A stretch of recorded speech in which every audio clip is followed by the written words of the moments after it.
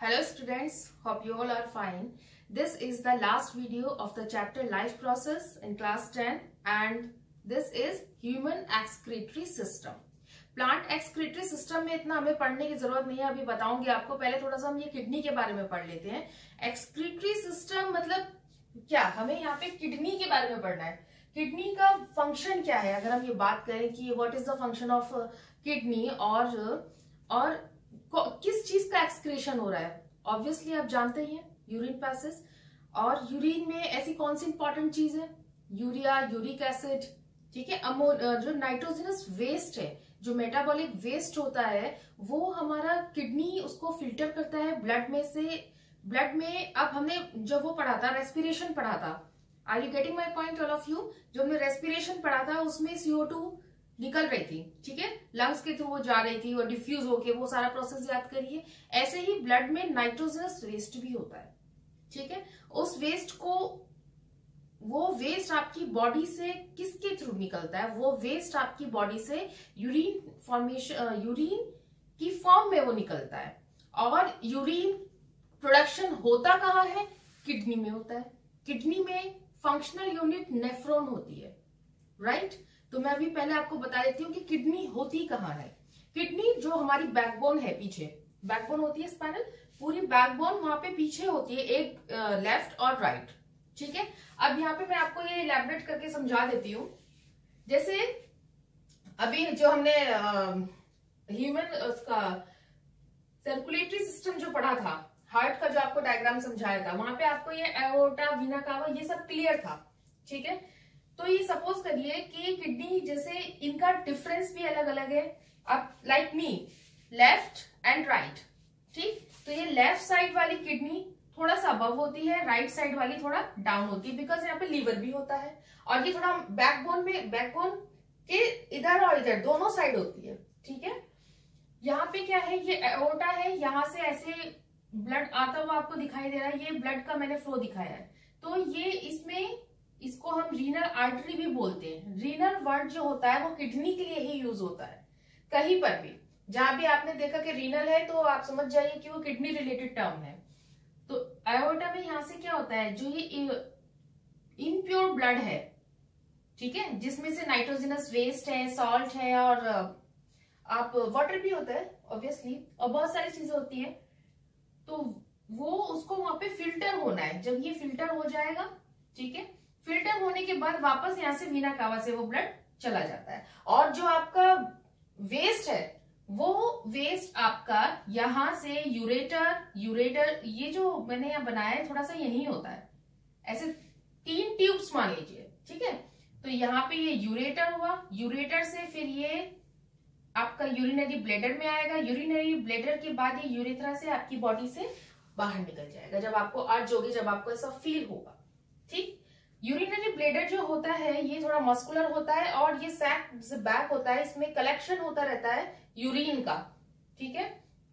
एक और बात, यहाँ पे 2 पेयर्स किडनी है और 2 pairs 1 pair, sorry 1 pair kidney और आपका 1 पेयर आपका यूरेटर है। ये भी यूरेटर है, ये भी यूरेटर है, ठीक है।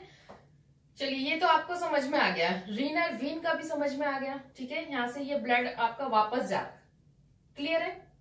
अब यहां पर सबसे इंपॉर्टेंट थिंग है फिल्ट्रेशन यूनिट ऑफ किडनी की। किडनी में कैसे यूरिन प्रोड्यूस होता है और उसका फिल्ट्रेशन यूनिट है क्या। किडनी में फिल्ट्रेशन यूनिट होती है नेफ्रॉन। नेफ्रॉन एडल्ट में अगर हम बात करें, वो 1.2 मिलियंस के अराउंड होती है। और जैसे मैंने यहाँ पे एक ऐसे ही दिखाया हुआ है, ठीक है, और एक का मतलब आपको ऐसे खोल के अंदर से इसको क्लियर किया है। ऐसे छोटे छोटे इसके ना ब्रॉडली 2 पार्ट्स होते हैं मेजर। एक आपका इसमें मेड्यूला होता है और एक होता है कॉर्टेक्स। तो कॉर्टेक्स तो ये ऊपर वाला पार्ट है, बाहर की तरफ छोटी छोटी कैपिलरीज, ब्लड वेसल्स बहुत सारी होती हैं इसमें। और ये अंदर जो ऐसे, ये जो शेप, इस तरीके की शेप है, वो होता है हमारा मेड्यूला। वो शेप है आपकी मेड्यूला, ये इस तरह से ऐसे बना हुआ है ना। और ये, तो ये वाला जो पार्ट है आपका, यहाँ से कॉर्टेक्स से ये वाला चीज, यही चीज आपको यहाँ पे दिखाई है। तो ये जो मैंने आपको बताया 1.2 मिलियन अराउंड ये आपकी नेफ्रॉन्स होती हैं। तो एक नेफ्रॉन को मैं यहाँ पर आपको बता रही हूँ। तो आप सोचिए कि ये मैंने सिर्फ एक किडनी के लिए बताया 1.2 मिलियन, इसमें एक किडनी में, तो कितना कॉम्प्लेक्स है ये सब, है ना, यूरिन का फॉर्मेशन। चलिए नेफ्रॉन के बारे में पढ़ते हैं क्या है। नेफ्रॉन में बेसिकली 3 पार्ट्स होते हैं, right. The first is the Bowman capsule. Bowman capsule के बाद आपका हेनलेस लूप होता है। हेनलेस बोमेन कैप्सूल के बाद आप इसको PCT, proximal convoluted tubule, then loop of Henle, distal convoluted tubule और आपका कलेक्टिंग डक्ट। अब ये पीसीटी डीसीटी आपके क्लास 10th में एनसीईआरटी में मेंशन तो नहीं है, बट पता होना चाहिए आपको, थोड़ा सा पढ़ने में कोई ऐसी दिक्कत भी नहीं है। अगर आप चाहो तो इसको ऐसे भी लर्न कर लो, Bowman capsule, loop of Henle and collecting duct. फिर ये कलेक्टिंग डक्ट फाइनली आपके यूरेटर, यहाँ से इधर पेल्विस से होते हुए यूरेटर से आते हुए यूरेटर से आएगी, यूरेटर के बाद यूरिनरी ब्लैडर में आएगी, यूरिनरी ब्लैडर के बाद जब आपको फील होगा, जब अर्ज होगी कि आपको जाना है, आपको प्रेशर लगा है, तभी यूरेथ्रा के थ्रू आपके बॉडी से बाहर निकल जाएगा, इधर द फीमेल और द मेल, राइट। चलिए मैं अब इसको मैं थोड़ा समझा देती हूँ। होता क्या है, जैसे बोमेन कैप्सूल, ये ऐसे, अब कैप्सूल है तो कैप्सूल तो आप जानते ही हैं, हम लोग दवाइयां भी लेते हैं। कैप्सूल का मतलब ही क्या है, मतलब ऐसे एक कवर्ड एरिया, ठीक है, एनकवर करके रखता है, और इसके अंदर अगर हम उसको हटा के देखें तो बहुत छोटे छोटी कैपिलरीज होती है, बहुत सारी चीजें होती है, ठीक है। तो वो जो ब्लड वेसल, वो कैपिलरीज जो हुआ ग्लोमेरुलस, उसको हम कहते हैं ग्लोमेरुलस। ये मैंने यहाँ पे रेड कलर से इसको दिखाने की कोशिश तो की है, अगर आप ध्यान से देखें इसको जूम करके थोड़ा, ये ग्लोमेरुलस है, ठीक है। Glomerulus plus Bowman capsule. Bowman capsule है, आपने इसको कट करके देखा तो अंदर से गुच्छे से आपको दिखाई देंगे, तो इन दोनों को कलेक्टिवली कहते हैं मालफिजियन बॉडी। मैंने लिखा नहीं है, आप लोग नोट कर लेंगे इस चीज को, ठीक है। अब यहां से क्या हुआ, आर्ट्रियोल फ्रॉम रीनल आर्टरी, ये रीनल आर्टरी से यहाँ पे ब्लड है, ठीक है, और this is the branch of renal vein. Arteriole from glomerulus, ठीक। हुआ क्या है, यहाँ पे बहुत सारा कैपिलरीज है, फिर यहाँ पे ये ऐसे ग्लोमेरुलस जिसको हम कह रहे हैं अंदर वाले पार्ट को, कैप्सूल तो ऊपर हो ही गया, इसमें आपका साल्ट भी होगा, वाटर भी है, यूरिया भी है, यूरिक एसिड, सब कुछ है इसमें जैसे, ठीक है। तो उसको ये यहाँ से पास होगा। अब ये जो ब्लैक मैंने शेडेड में पार्ट दिखाया है, ये आपका क्या है, ये आपका लूप ऑफ हेनले है विद कैपिलरी नेटवर्क। यहाँ लिखा भी हुआ है विद कैपिलरी नेटवर्क, मतलब जैसे आपका यू शेप चला, आप हैंगर को समझ लीजिए, जैसे हैंगर हो गया और उसके मैं ऐसे ऐसे एक नेटवर्क बना दूं कैपिलरीज का, ठीक है। तो वो जो नेटवर्क है वो ये नेटवर्क है, ऐसे चल रहा है, ठीक। तो यहाँ पे इसके अंदर पीसीटी प्रॉक्सिमल का मतलब होता है, पीसीटी प्रॉक्सिमल का मतलब होता है नियरेस्ट, यानी कि इसके पास वाला नियरेस्ट, और कॉन्वोल्यूटेड मतलब एकदम जकड़ा हुआ, समझिए आप इसको, और ट्यूब्यूल तो आपकी हिंदी टर्म है ही, नलिका जिसे हम बोलते हैं। तो इसमें होगा क्या, सीलिया होते हैं। सीलिया इज अ हेयर लाइक और वेरी माइक्रोविलाइक स्ट्रक्चर होती है, कई बार इसका जिक्र भी हुआ है।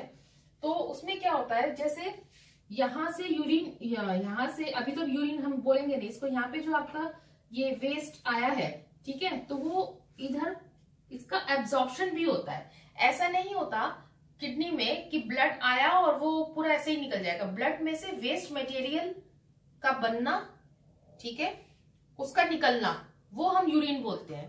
तो होता क्या है, बेसिकली 3 स्टेप हो गए यहाँ पे।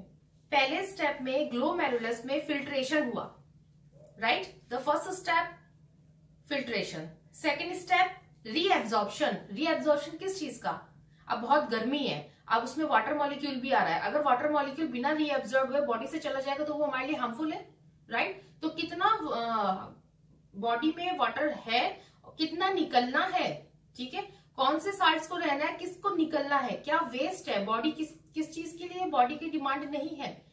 तो जिस चीज की नहीं है या किस चीज की है, आप उल्टा लीजिए, अगर जिस चीज की डिमांड है वो सब यहाँ पर रीएब्जॉर्ब होती चली जाती है, फिर से रीएब्जॉर्ब हो जाएंगी जो यूजफुल है बॉडी के लिए, और सीलिया के थ्रू ये सब होता है, ये रीएब्जॉर्ब होती जाती है। लूप ऑफ हेनले बिल्कुल जो यू शेप होती है, यहां पर बेसिकली वाटर का रीएब्जॉर्प्शन होता है। फिर इसके बाद में ये आपका इधर ये डीसीटी लिखा है, डिस्टेंस वाला, डिस्टल कन्वोल्यूटेड ट्यूब्यूल से। फिर यहाँ पर आपका कलेक्टिंग डक्ट होती है।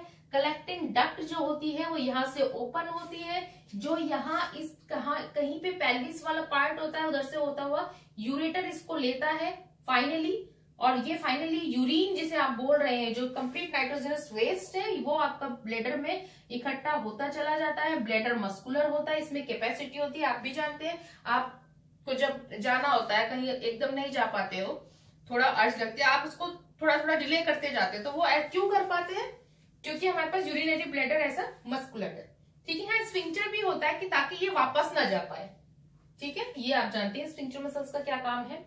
अब यहाँ पर आपको मेरे ख्याल से हाँ एक ये चीज है, descending limb of loop of Henley. Limb तो आप जानते ही है, लिम्ब तो मतलब पैर के लिए उसकी सेंस में यूज किया जाता है। डिसेंडिंग, डिक्रीजिंग, जैसे बचपन में नहीं पढ़ा था डिसेंडिंग एंड असेंडिंग ऑर्डर।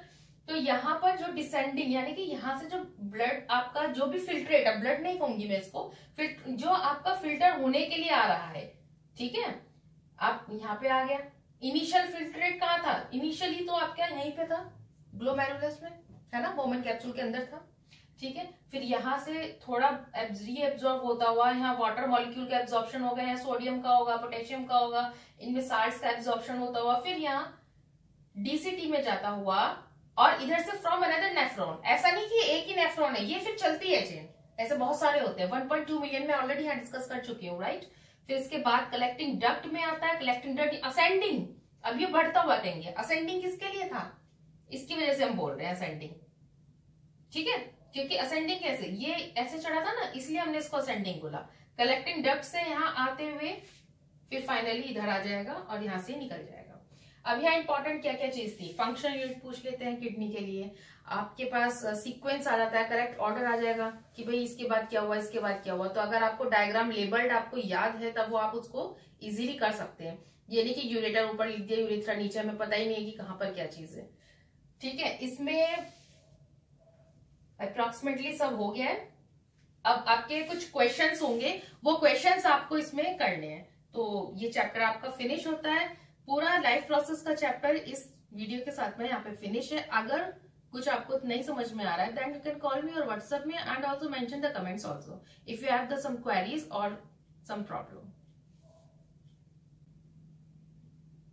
तो ह्यूमन एक्सक्रीटरी सिस्टम यहाँ पे आपका फिनिश होता है। और अब एक पैराग्राफ है छोटा सा, एनसीईआरटी में जो लिखा है वो एक्सक्रीटरी सिस्टम इन प्लांट्स है। तो प्लांट्स में ऐसे एज सच कोई स्पेसिफिक फंक्शन या इसकी जरूरत नहीं होती है एक्सक्रीटरी सिस्टम में। बेसिकली होता क्या है एक्सक्रीटरी की, अगर हम बात करें तो स्टोमेटल पोर हमने पढ़ा था, गैसेस एक्सचेंज, है ना।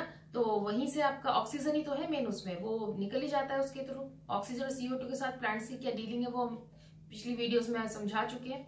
और जैसे लेटेक्स है और लीव्स हैं, ड्राइड लीव्स हो जाती हैं, वो झड़ जाती हैं अपने आप।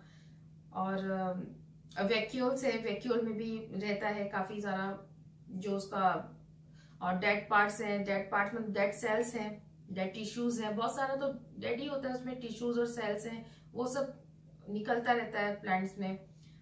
और वाटर, एक्सेस ऑफ वाटर, वो ट्रांसपिरेशन के थ्रू निकल जाता है। होता क्या है कि जो भी मटेरियल, जो भी चीज बॉडी के लिए, वो प्लांट हो या ह्यूमन हो, वो उसके लिए अगर यूजफुल नहीं है तो वो वेस्ट में ही आता है।